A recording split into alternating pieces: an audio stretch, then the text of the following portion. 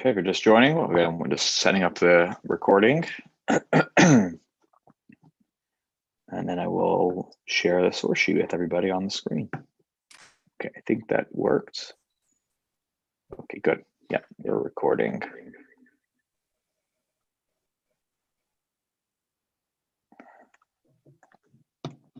All righty. Okay, let me do this also. We're getting an echo. Alan, I think I'm gonna troubleshoot on the spot. I see two of you on two Alan Greenbergs here, and they're both unmuted. And I wonder if they maybe have two devices or something like that, or you're logged in twice on your computer. Maybe that's catching a bounce back sound. Is it better now? You could even give me a thumbs up or you have these functions, by the way, down here, folks. You can do a thumbs up. It's on the reactions button down low, by the way. You can always, now they have a new feature, just teaching everybody here a little bit something while we'll start in about 1 minute. If you ever want to give a reaction there, you could clap. Adam Left just gave a thumbs up. There you go. You also have this new feature called yes in response to a question or no. So you can do that, or you can say, hey, Rabbi Klinger, you need to go faster. Or if I'm going too fast, this is good in class, you can say slow down. So these are fun little features. And if you ever want to jump in, you could also just raise your hand. There's a button down there that says raise your hand, all under the reactions tab that on the toolbar. So please feel free to use that throughout the night. I have everybody's pictures up. So anyways, that's just a cool little thing that they just updated. So there are more reaction buttons that are more accessible. Anywho, that was my Zoom lesson for the night for everybody. All right, let me share the screen with you. Here we go. Okay, hopefully now you see on the screen. Let me just do one thing here though. I have to get everybody's pictures back up here. I want to see everybody. Okay, good. I think I did it. All right, so I hope everybody's doing well and is healthy. And Bezrat Hashem, we should see. I guess slowly but surely, we hope to see an end to this unfortunate pandemic that has forced us to learn in this forum instead of in person. But nonetheless, I know that I have enjoyed being able to study with everybody. And so I'm excited to continue with everybody. Where are we here? I saw that. I saw the reaction of thumbs up. Very good. We studied the first parak of Tehillim, Tehillim Tabi Hey, Psalms 95, and we saw that paragraph of Tehillim is really focused on singing out, on praising God. Again, Amos Chacham, his approach to things we saw was this is almost like the imagined experience of somebody who is coming to the Beit HaMikdash and in a group to give a Korban Todah. I should add one point here, by the way. One of the reasons that Amos Chacham, who is the commentary that's found in the part of the Dat Mikra set of Tanakh, and his commentary on Tehillim, he believes that it's related to somebody coming to the Beit HaMikdash to bring a Korban, particularly Korban Todah, thanksgiving offering, because this psalm leads up to Psalm 100, which is not in Kabbalat Shabbat, though we do say it every day in the Psukei de Zimra, which is Mizmor LeTodah, which is the song that is sung, I guess, in conjunction with the Thanksgiving offering. We say it in the Psukei de Zimra every day during the weekdays. On Shabbat, we don't say that. Which is a discussion for a different time. And so that's why he sees this as a building up of the process of somebody who is coming as part of a group, to have a celebration in the Beit HaMikdash as they're coming to bring their offerings. And we saw at the end of Psalms 95, the tone turned. And the tone went from one of jubilation and singing out and unbridled joy to one of be careful. Don't make the mistake that your ancestors made in the desert, in the Midbar, when they were testing God. And they were testing God, is God really there with us or not? Don't make that same mistake. Here you are in the presence of God. You're in the Beit HaMikdash, or in the Radak's approach, you're now in a time of Mashiach. Don't make the mistake and think that this is the only place, this is the only time where where we feel God in the big moments and the special things like that, but in the day-to-day of life, that God is not there.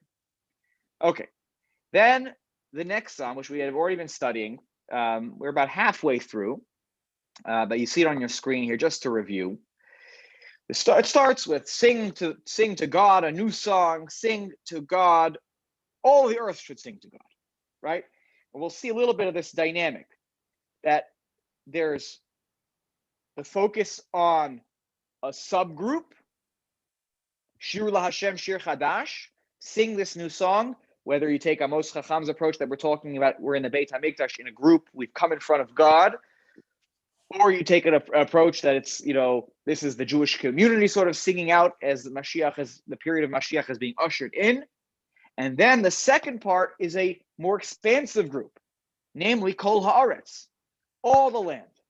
And that may be all the land, about Eretz Israel, I don't know, or maybe it's talking about more broadly the whole world. But nonetheless, we have a more expansive group. And this theme of a more narrow group, an expansive group, is going to play into what we're going to study tonight. Let's keep reviewing, though. Verse 2 had said, sing to God, bless his name, right? This is how do you bless his name? It's by singing to God, proclaiming every day his Yeshua, his salvation, right? Every day, not just on the day of the salvation, but every day after that.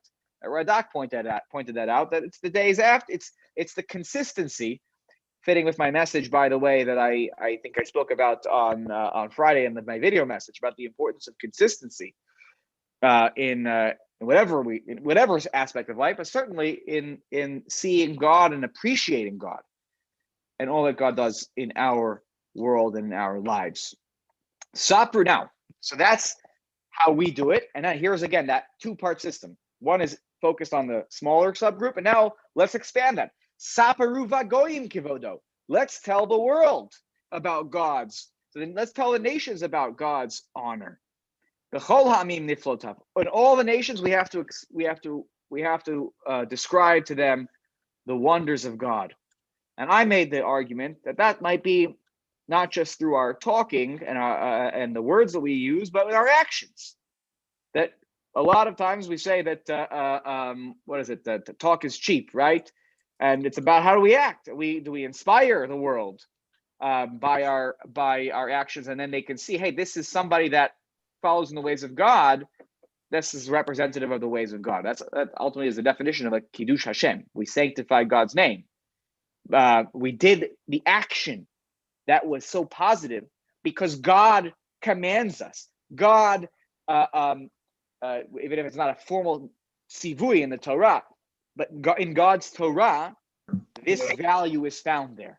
And that's, I think, in many ways how we also inspire the world, how we make the others in this world hopefully see a little bit about the light of God's ways and God's Torah.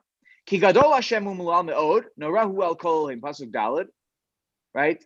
For great is God and beyond sort of any praise, he is awesome, and more awesome than any other God, lowercase g.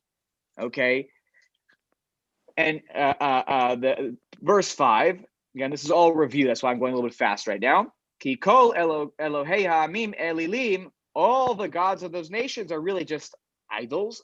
They're not real in any sense. They can't make anything really happen. V'Hashem shamayim asa. But God made the heavens, and the Radak took this to mean that oftentimes in the ancient world, I don't know how long ago this became less popular, although I'm sure this still exists today, but the luminaries were worshipped as gods. The sun, the moon, the constellations, these things were worshipped as deities. But ultimately, what do we see?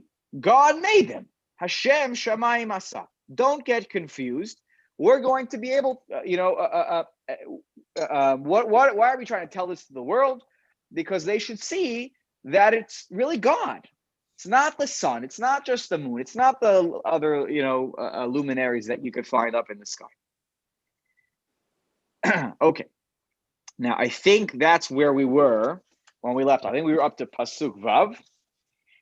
Again, so this Mizmor of Tehillim began with a call to sing to God, and then it shifted to describing the greatness and the awesomeness of God. And now we have one more pasuk that really falls into that category of describing the greatness and awesomeness of God, and that is Pasuk Vav. Pasuk Vav. Okay, let me get my arrow, or my spotlight. One of the okay, here we go. So we're over here in the Hebrew text. If you're using the English, 6 is over here. Okay, so Hod v'Hadar lifanav, Oz v'Tiferet b'mikdasho. That glory and majesty are before him, are before God. And Oz is strength. V'Tiferet b'mikdasho. And glory, or Tiferet, how do they say it down here? Splendor. Okay. So strength and splendor are in his mikdash, are in his sanctuary. So you have here Hod v'Hadar, this idea of glory and majesty are being before. Now, what does that mean? What are we to understand from this? So let's take a look here at the Radak down below in our source sheet. Let me just Pasuk Vav. Here we go. Okay, we're over here at source number 7. Hod v'Hadar. Again, he's the Radak.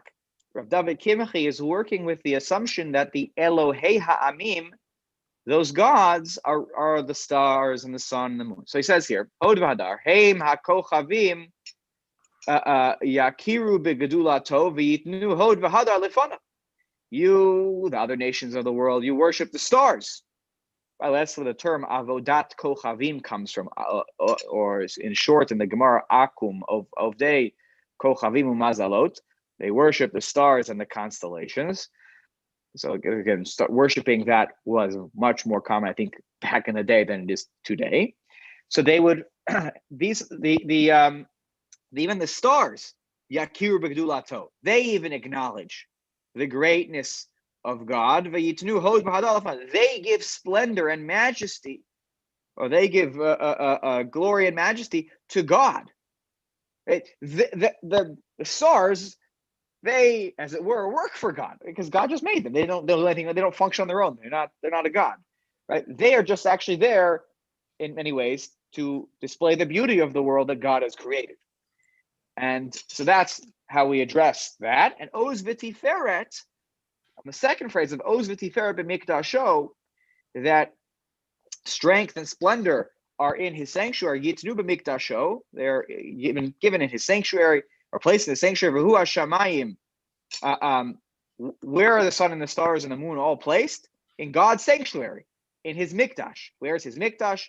In Shamayim, up in the heavens. Shehem and the own kodsho, they are up in the heavenly abode.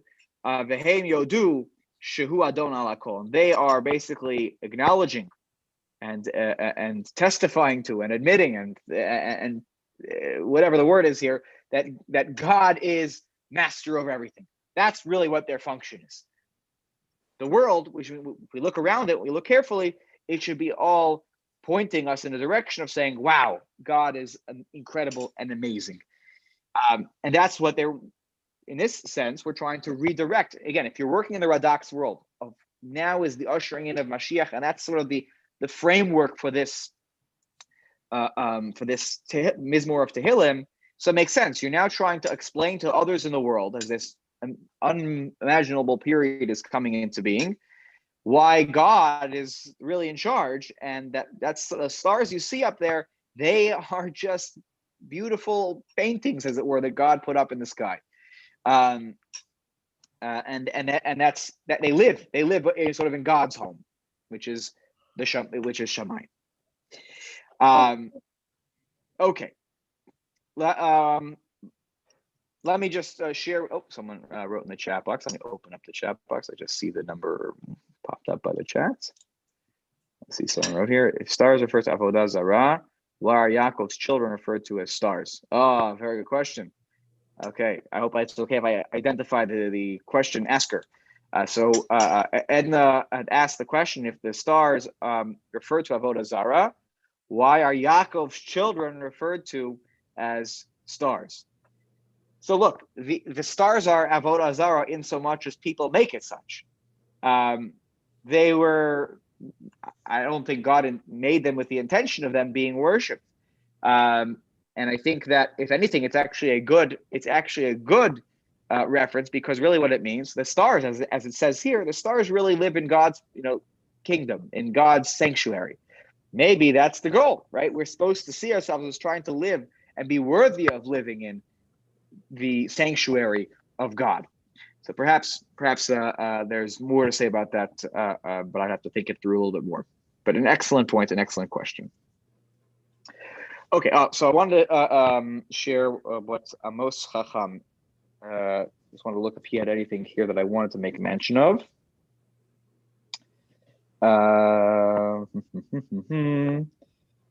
Okay. Yeah, no, I think we're good here. I think we explained this. This is he does say one thing. I'll share one thing.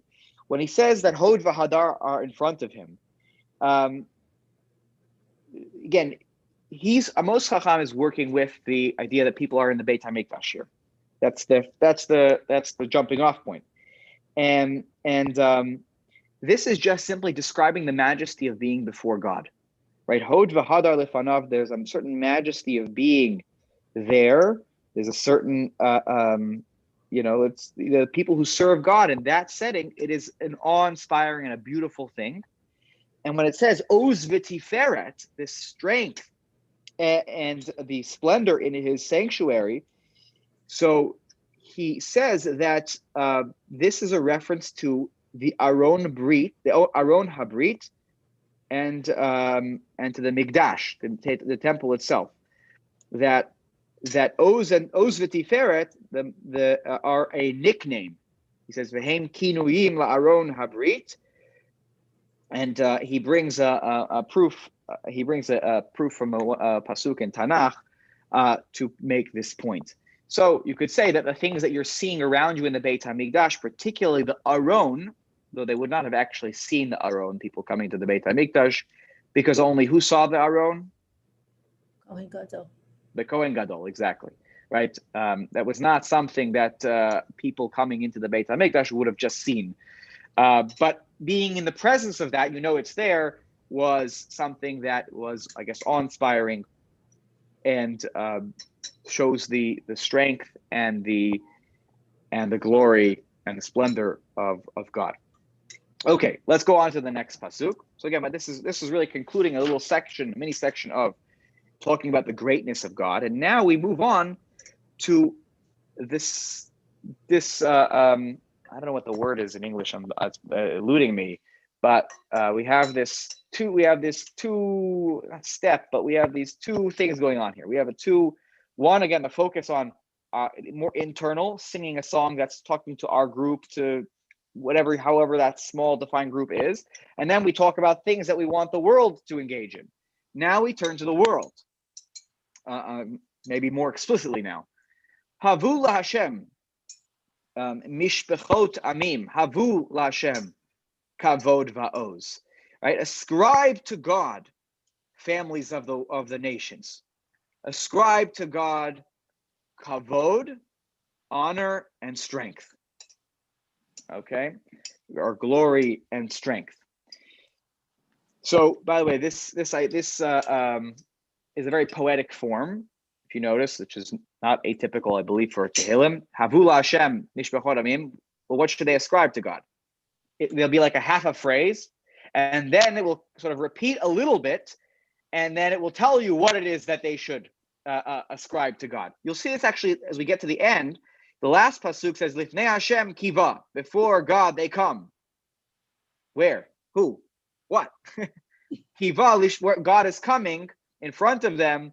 Lishbot haaretz. That form of you have a little bit of a thought, and then the poetic repetition of it as you complete the thought is not atypical for Tehillim. Particularly in this section, it happens a few times. Okay, so so the nations of the world should ascribe to God honor and strength.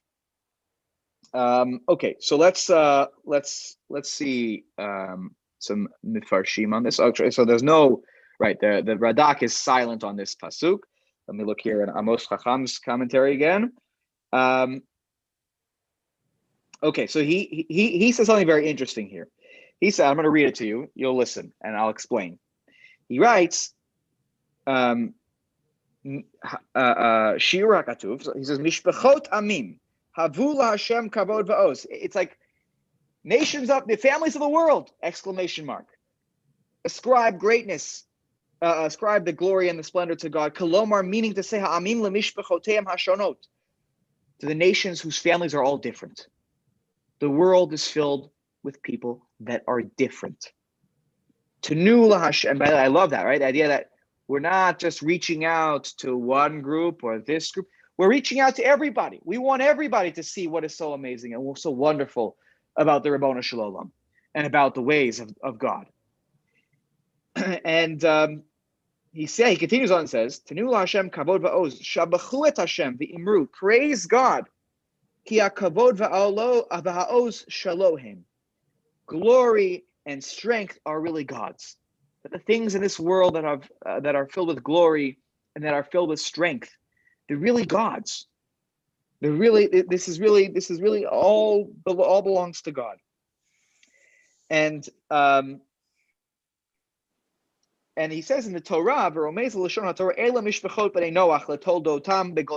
the story about Noach and Parshat Noach, it says these are the mishpachot b'nei Noach. These are the families of the children of Noach, according to their generations and their in their nations. And you have this idea of Mishorah poneh el mishpachot hamim v'korei lahem latet laHashem kavod va'oz hoel v'chol Elohei amim elim. Since all their gods are really idols, let me help you see. Let me help you see something different. Let me help you see that God is where all the glory and the strength lies. Okay, and this is again, earlier we had this idea of sapru v'goyim kavodo, and now here we have a very, before we were telling the nations about the honor, and now look what happened. We're telling them, hey, now it's your turn to ascribe. Hopefully I've shown you through my actions, not just my words, the greatness of God's. Now it's your turn, families of the world, nations of the world. Do you see what I'm telling you about? Do you see what I see? Call it out. And the idea of Oz v'tifer mikdasho is keneged, this idea of tell the nations. We told the nations how great God is, and that the other gods are not really. It's not the real deal. And we're telling God about his. We're telling the nations of the world about his Oz. And now we hopefully they see it after we are able to tell and inform the nations of the world about God's strength. Comments, questions, ideas here before we move on to the next pasuk. The connection to Kabbalat Shabbat is going to become more apparent as we get towards the end of this. But I think it's really, again, it's important to study it in its original. Okay. If there are no comments or questions, again, feel free to ask anything. You could raise your hand. You could just unmute yourself. We're a small group. It's not a problem at all. Okay. If there are no comments, we'll move on. So pasuk chet is a continuation of this thought. Havu LaHashem kavod shemo. Ascribe to God the glory of his name. And now we have a different thought. It's sort of related to what we said before. But now we have a different thought, which is Se'u mincha uvou lechatzrotav. Which means that ascribe to God the glory of his name and bring a mincha. What's a mincha? It's not the tefillah that we say in the middle of the afternoon. What does mincha mean? Korban mincha. So it relates, yeah, good, Adam. It relates to what does that mean? The korban mincha. You're right. That would be the right word you're looking for. How would you translate it? Actually, it's like don't cheat. Sound here. But what do you say? Resting. So is it? Sorry, say that one more time.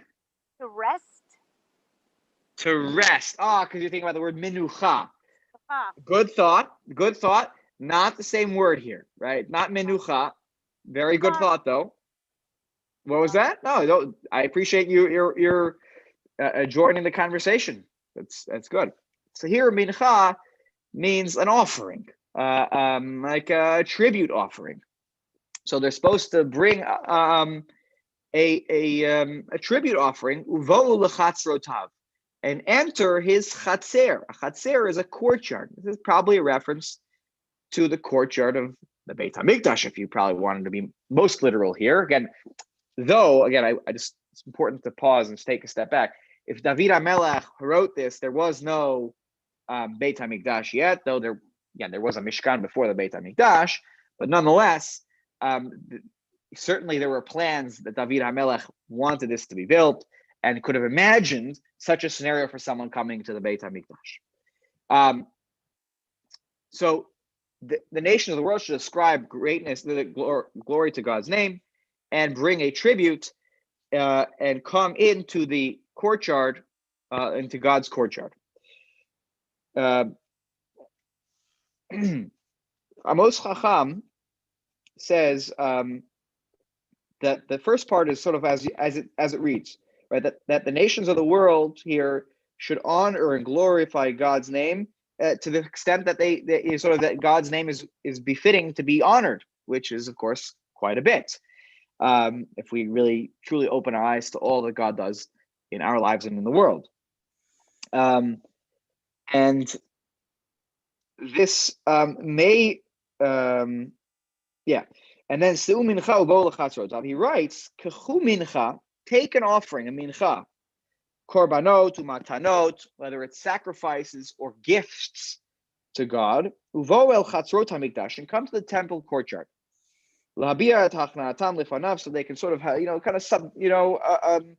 come in front of God, understanding, hey, I'm not coming in front of just anybody here. I need to come with a full hand. One shouldn't show up in front of God, empty-handed. And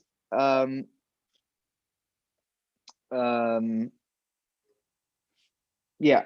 Okay, fine. And he talks about here that this language of se'u mincha, of lift up an offering, kind of hints at the at a procession that is very festive, and this idea of coming and your hands are up here and there's sort of festivity and you're picking up and you're showing that offering, and it sort of speaks about the attitude that one should try to walk into the Beit HaMikdash with, into God's presence with. Okay. And he also says that Chatzerot, it's, in the Beit HaMikdash, there are many courtyards. There's not just one. There is a place that's called a Chatzer, when you're sort of talking more, formalistically about the, a certain area. But there are many. Amos Chacham points out, sheyesh chatzirot rabot hamikdash, and when it says chatzrotav, it's a language of plural. That the place should be filled. We should have so many people who want to express this type of glory to God and honor to God, and that's what's being hinted to here. Oh, I see someone wrote in the chat box. I'm sorry. I'll keep track. Alan wrote, are we telling the nations to bring the sacrifice to the temple? Yeah. All right. I'm sorry. You can't access your microphone. Yes. It sounds like the answer is yes. On a shot level, the answer is yes. Havula Hashem mishpachot tamim. Now, are we actually the ones saying this directly, or are we something that we want to have happen? Is this maybe a consequence, not a consequence, an outgrowth of our sapru, our telling the nations? So then havu, although havu is a language of command, it's a very much it's like a tzivui. You're commanding, but maybe it's an outgrowth of once you've told them. Now it's like, okay, well, here's how you can express the things that you're feeling after you've seen and you've heard the things that I've told you. Could be, but yeah. Okay, good points. Okay. Sorry, we're going to look at the Radak. Let's take a look down here. This is source number sheet. Havula Hashem. Oh, no. Yeah, sorry. Havula Hashem b'nei Elim. Oh, interesting. So the Radak must have had, or this is a typo from Sefaria, which I didn't pick up on earlier when I was comparing. It says here, Havula Hashem mishpachot tamim, and then in the Radak's Dibur Hamatchil, it says Havula Hashem b'nei Elim. I think this is, I have to look if this is the case in other editions. That seems to me like a typo, but I don't want to start guessing without actually looking. Tenulo b'fichem kavod va'oz. Give God with your mouth, with the words that come out of it. Describe greatness with your words about God's strength and about His honor and glory. I love this, by the way. It's not just about words. He makes the point here more explicitly. It's not just about the words. No, it's not. It's nice talk about the praises of God and do something about it. Follow the ways of God. Do something good in the world that shows the world how amazing God is, and show God that you took the messages of His Torah and of His teachings seriously. No greater way than to put it into action. You want to give God honor? You want to glorify God? Do something.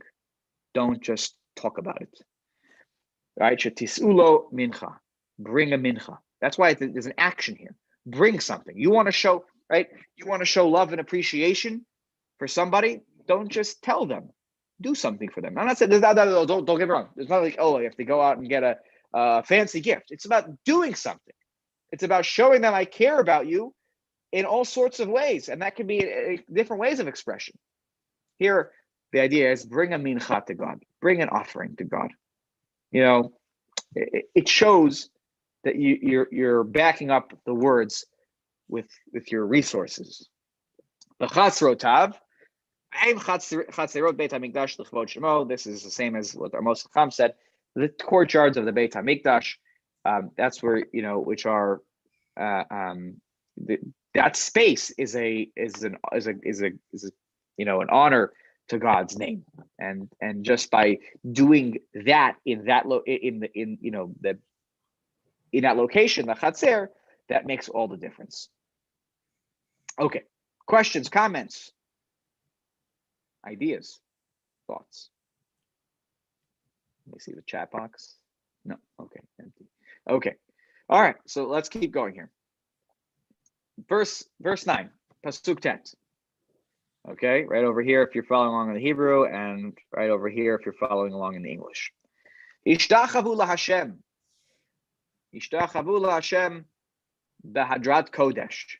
Chilu mipanav kol haaretz. Bow down to God with sort of majestic, with majestic holiness. Or you could say that the Hadrat Kodesh is a description of God. It's either Ishtachavu Hashem, the Hadrat Kodesh, right? Bow down to God in a certain way, which shows, and we'll talk about this in just a second, the beauty of that you understand the moment and you do it in a dignified way. Or it's talking about bow down to God, who is glorified, who is, beautiful, what's the word here? How do they use out here? Majestic in holiness, right? They take the English translation takes the second approach here. Bow down to the Lord, majestic in holiness. That God has a certain quality of majestic holiness. But Amos Chacham his read of this is Hishtachavu Hashem behishtachavaya sheyesh bahadar yofi v'kavod v'ema ukdusha. Right, that when you're bowing down to God, the way that you approach God should be beautiful. It should be filled with honor. It should be filled with ema, with the sense of seriousness of this moment, and filled with holiness. But we by the way, and there is a formalistic way in the service of God that bowing happened all the time in the Beit HaMikdash. A place where we encounter that the most, I think, in liturgy.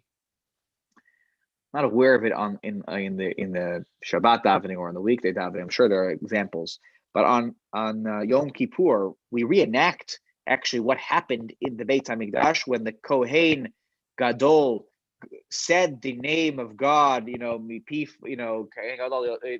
of the Shem HaMeforash, the explicit name of God, and they would hear the name of God. V'noflim al pneihem ve'omrim baruch she'en kavod malchuto li'olam va'ed. They would have a formalistic response. They would fall like we do on Yom Kippur. We fall all the way to the ground on our faces. V'noflim al pneihem. So there is a certain way, ritualistically, that we have for bowing down to God. And so he's saying here, bow down to God in a way that is appropriate and dignified for coming in front of God. And the second part of this phrase, chilu mi panav kol haaretz, means that we should to be trembling in front of him, in front of God, who kol haaretz, all the people of the land, everyone in the world. Again here, kol haaretz and kol haaretz. Okay, you have kol haaretz again here, and then this becomes comes up here again, that the whole world should have this experience. It's not just something we keep to ourselves, but we want the world to share in this. Take a look now. Let's go down to the Radak's comments. He writes here, Bahadrat Kodesh, Bebeit HaMikdash Yem Mehudar Mikudash Al Kol Batim. So you see, the Radak takes the approach that what does it mean that I'm bowing to God in this majestic holiness? That means like where I'm doing this. I'm bowing down to God in the Beit HaMikdash, which is the most majestic and holy of all houses. Chilu milfanav kol haaretz. That I should tremble before him. All the land should tremble before him. Excuse me. Shelo chilaltem v'lo yiratem mipanav ad ata. Until now Mashiach has come according to the Radak. Until now, they didn't really have this fear or this awesomeness of God. And okay, but sorry,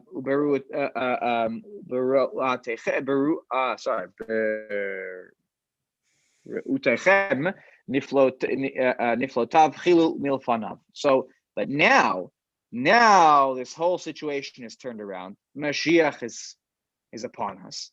Now they're starting to see, and therefore they should have this trembling. Not out again. It's being in the presence of God. The awesomeness of God should make us feel like this is a serious moment. That we're encountering, the Holy One, blessed be He, in His home, and we should have that kind of experience. Okay, 1 second here. Just want to make sure I didn't miss anything in Amos Chacham's commentary that I felt was helpful to mention.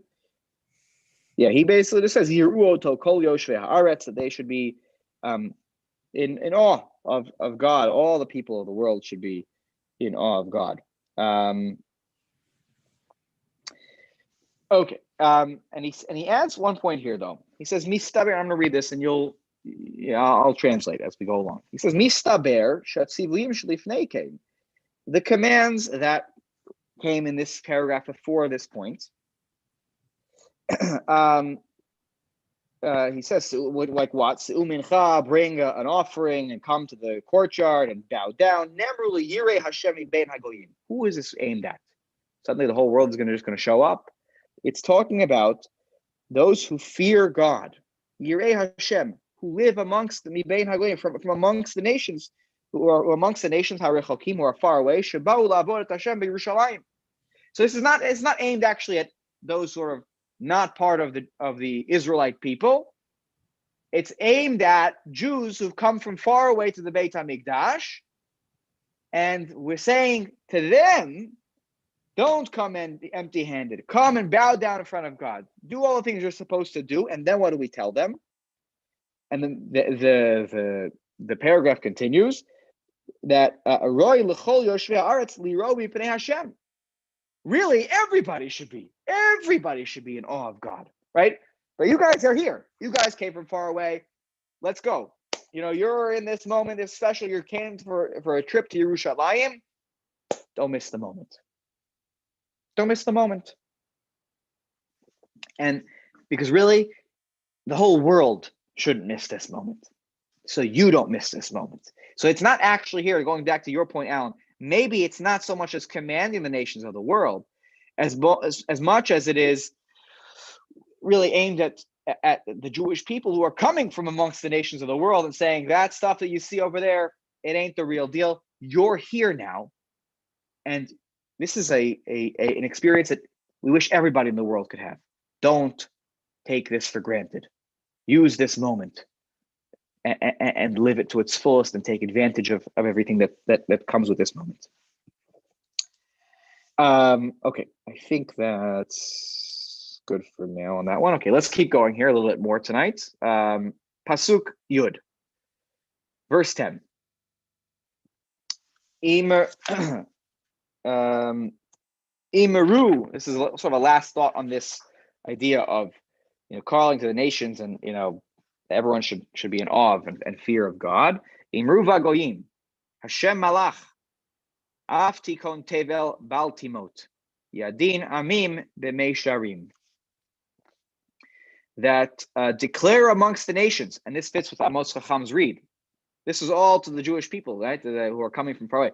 Declare to the nations, right, that Hashem is king, Hashem malach, af tikon tevel baltimot. Even the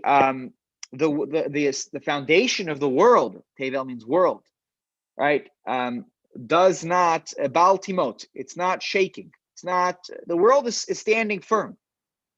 The world is not shaking. Yadin amim b'mei sharim. God judges the people of this world b'mei sharim. Okay, He judges them with equity. So and I think this really fills in, what are we trying to inform the nations of the world? And I would argue, again, with our actions, not as much as our words, like the Radak said. We're trying to teach the world that God is ruler of this world. As much as the world sometimes looks like it's trembling and shaking, in Yana Dayoma perhaps, that the world is really firm, and it's judged upon by God with equity, that He looks at the world, and this is the characteristic that is so emblematic of God: fairness, equity, righteousness, justice. And this is what we are telling the world. You know why we don't need to worry about the world is shaking it? Because the world is a fair place. God is making sure that the place of equity, and I think that the nations of the world, and frankly ourselves, we should be doing this for ourselves and to inspire ourselves and those around us and everybody in the world. If we want to live by Torah values and make the world see that, we should start with equity, right? Yadin amim b'mei sharim. That is a characteristic that we want to tell the world about. Imru vagoyim, God is king. Yadin amim b'mei sharim. Okay, just wanted to make sure again I'm not missing anything here before I move forward. Yeah, right. Amos Chacham says it nicely as well. Hashem yishpot et ha'amim betzedek. God judges the nations of the world with righteousness and the yosher, and it's straightforward. There's no crookedness to this. Tikon tevel bal timot, and that's why the world is not shaking. When we do acts that bring about fairness and equity and righteousness and justice in the world, we are making the world a more stable and firm place. When we corrupt that, the world is a shaky place. And it is our duty to the world to make sure that we follow through in making everyone understand that God is king by making the world a firm place, not a shaky place. Okay. Fine. So let's take a look down below here at the Radak. He says here, Imru, right? This idea that say to the nations, Amar mishpachot tamim habaim leveit hamikdash shuvchem le'artzachem. Who in the Radak's world is like, oh, in this messianic world, some of the nations of the world, some of these families have come to the Beit Hamikdash. They're so inspired. What do? They go back to their homes, to their land. And who is the one who's supposed to tell them about the world? So I taking a Moshe Chacham's approach, that this pasuk is talking to the Jewish people. What are we supposed to inform the world about? He says no, that the nations of the world will be inspired, and they are the ones who are going to go back to their countries and their nations, and they're going to say, Ibru v'goyim, Hashem malach v'haaretz shoketet. God is ruler of this world, and that's why the land stands still. That's why the world has a certain level of firmness. And it's not so much the Jewish people who are saying this, but it's the inspired of the nations of the world who are going to say this to their neighbors and friends. Tevel baltimot. So again, the world is standing firmly; it's not shaking. Ki takiru malchuto, ki yotziamo mehagalut b'chvod gadol. Because why? Because they recognize, the world recognizes the kingship of God, because he took his nation, the Bnei Israel, and he brought them back from exile in the world of, again, the Mashiach here. The kavod gadol, in this grand, glorified way, ki af malchei parasu madai, even the king of Persia and Media, shalchum el artzam, he sent the Jewish people back to the land of Israel. This is a reference to, anyone know in history, who was the king of Persia who sent the Jewish people back so they could begin building the second temple? This is your history trivia question for the night.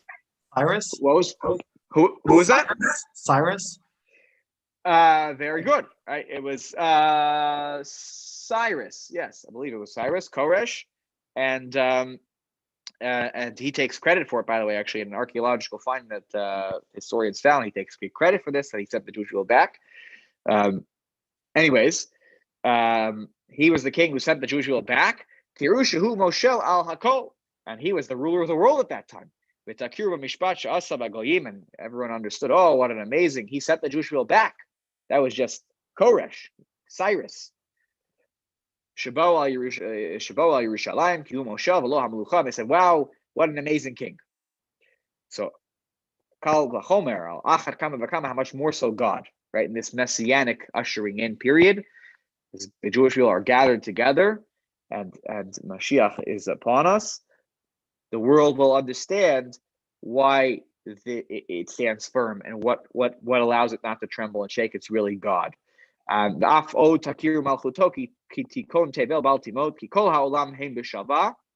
at that time there'll be complete shalva, the word for calmness, or it's just what's the word here? What do you say? Tranquility. Tranquility. That's the English word I was looking for. Thank you. Yes. Why? Because that's pasuk in Yeshayahu says, "Lo yisad goy el goy cherev, v'lo yilmadu milchama." The time will be a time when no nation shall rise up against any other nation in sword, and no one will learn war of any more wars anymore. And that's why the world is sitting quietly, because the world has come to understand God and His ways, and that's how the Radak reads this. I see some chats. Hold on. Are the Jewish families among mishpachot tamim? The Jewish. That's a good question, Alan asks. The Jewish nation is considered amongst mishpachot tamim. Why not? I would think that if it's a message that they should, be learning, I would say for sure we need to be seeing ourselves as spreading this message. Yeah, that's a good point. I don't know if that's what I'm saying is correct. That might be what I said is more Jewish than anything else. But it's a good question. Are the Jewish people mishpachot? I mean, we certainly do see ourselves, a part of the picture of the world. I think. I don't think we, I don't know. It's a good question. Excellent. Okay. Yadin amin b'mei sharim. This idea that God judges the world with equity. Ki shafat amin b'yosher v'kaleh harishayim shebahem. God judges fairly, and those who are wicked amongst those nations. Okay, so that's, punishment is due to those. So that's God's business to see to that. All right, now what happens, and we'll continue with this next week. I see the time is running short, and we'll finish this Mizmor next week. But what we've seen to this point is this idea of singing out and to God because of the greatness of God, and we want the world to understand the greatness of God. What we're going to see next time is the concluding three psukim here really speak to that everybody should be filled with joy and smiles and happiness and just unbridled joy at God being able to administer fair justice in this world. Right? I'll just read the verses and then we'll study it next week. That the heavens are rejoicing; they're happy. V'tagel haaretz, and the earth is exulting. Is just unbelievable.